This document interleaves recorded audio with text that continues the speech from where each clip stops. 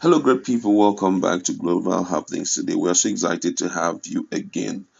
One may not be wrong to say that today is quite a sorrowful day for some families, but this time around, it touches just far beyond a family, touches the entirety of the Southeast, talking about the passing on of one of Nigeria's greatest leader who had lived almost into his 100, talking about Mbazulike Amaechi, a First Republic aviation minister.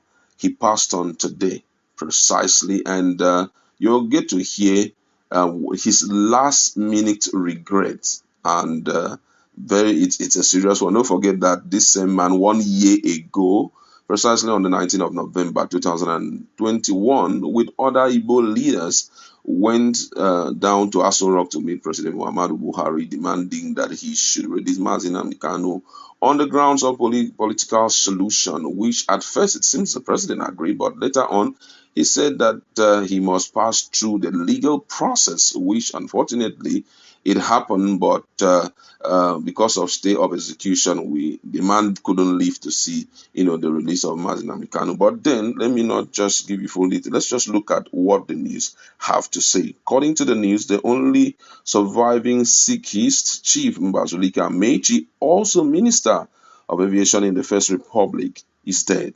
Amaechi died at the right age of 93 and was known for his intervention for Igbo land, including the release of the leader of the indigenous people of Biafra, IPOB, which he failed to realize before his death. A press release by the family, signed by Azeana Dabo Amaechi on Tuesday, stated that he died with the regret of not living to see the release of Mazi Nnamdi Kanu, the IPOB leader. The Ume Amaechi, Ezeana Ihedine family, and the Umu Mara kindred of Imeha Ukwo in Nnewi South local government area of Anambra State announces the peaceful transition of our illustrious son, father, and grandfather, Chief Mbazulike Amaechi, the Nationalist and the First Republic Minister of Aviation of the Federal Republic of Nigeria, transitioned peacefully in the early hours of today, November 1st, 2022. But a little more about the person of Chief Mbazulike Habe, that he was born on the 16th of June 1929, and today, which is the 1st of November 2022, he passed on. He was known as the boy is good, and we have seen his impact, especially whenever it has to do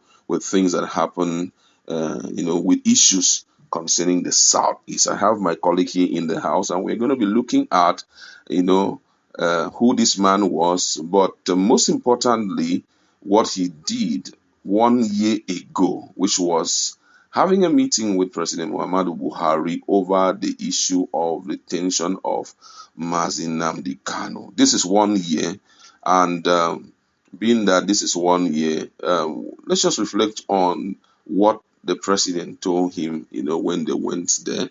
The president, I think, based on the report we had, the president was emphatic on the issue of releasing Mazi Nnamdi Kanu on the basis of him passing through the normal court proceeding, the legal process, and he will be released. And based on the timing of life, the man would have lived to see that day. But unfortunately, because of Malami's move for stay of execution of the judgment, Mazi Nnamdi Kanu is still behind bars. What do you think that the Southeasterners, their reaction will be in this light? Do you think it will strengthen the relationship, or it will go an extra mile to tear apart their relationship with the federal government? Honestly, this is very sad. We were actually hoping that such a thing wouldn't have taken place. I could still remember Mbazudike saying that they should please release his son to him, and that if they release his son to him, he knows exactly what to tell him and what to do. And he practically begged the president that he should consider his age, traveling from his hometown to Aso Rock, at least, judging the fact that he's not a young man, should at least consider his age and the tribe, Igbo as a whole, of which the president was very, very vehement about the standpoint. He was asking actually for political pardon, political solution. But the president was like, no, we have to go through the legal process. The court must go through his full course. He must go through, but he's not going to interfere. And imagining the less level of interference, and to think that he did not eventually see the song is so glamour. I honestly don't see the Igbos taking this very lightly. They may not react on the grounds of the fact that the president is the chief commanding officer of Federal Republic of Nigeria, but the fact that the president neglected their top spokesman, their elder statesman, despite all he begged, even when it was time for court to take his full stand, there was still some little bit of interference, okay, from the FG, the federal government. And with all this, Basilike did not get to see his son. I feel that the Ndigbos will feel insulted, maybe to say the least, but they will feel that they were not given respect, and their elder statement were taken for granted. All right, but after that meeting with the president, there's some statement that he made.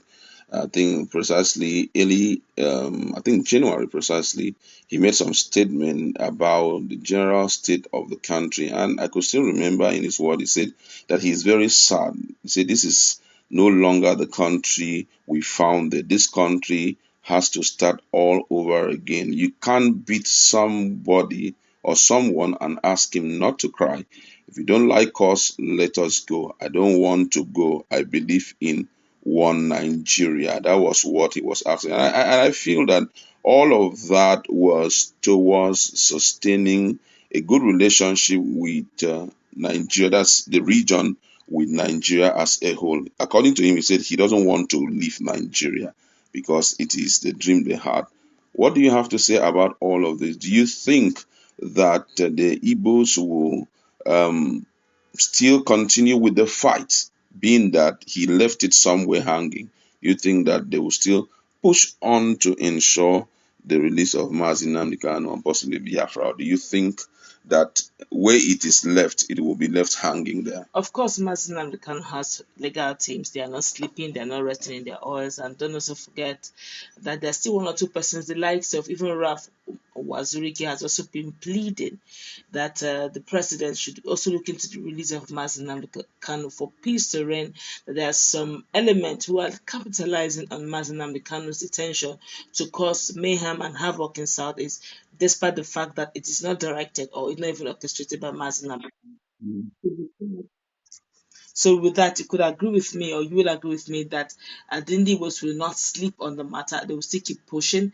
But one thing is certain: this is one person who came all the way from the time of Zeke. If you check his date of birth, you'll agree with me. He's really an elder statesman, and seeing the Nigeria he didn't see then, it's disheartening. And he's saying, look, if you won't allow Igbos, to stay, why not let them go? But then he would have preferred Igbos to stay. And coming from an elder statement now late, and with the youths now, feeling this way, I just hope that they will find a way of marrying Igbos back into Nigeria. All right, it has happened. The man, I could still remember that one of his earnest desire was that Mazi Nnamdi Kanu should be released, and that should be his 94th birthday present. But unfortunately, it didn't happen as anticipated. That's what we'd like to leave it. Go to our comment section. Let us interact. Thank you very much and stay tuned.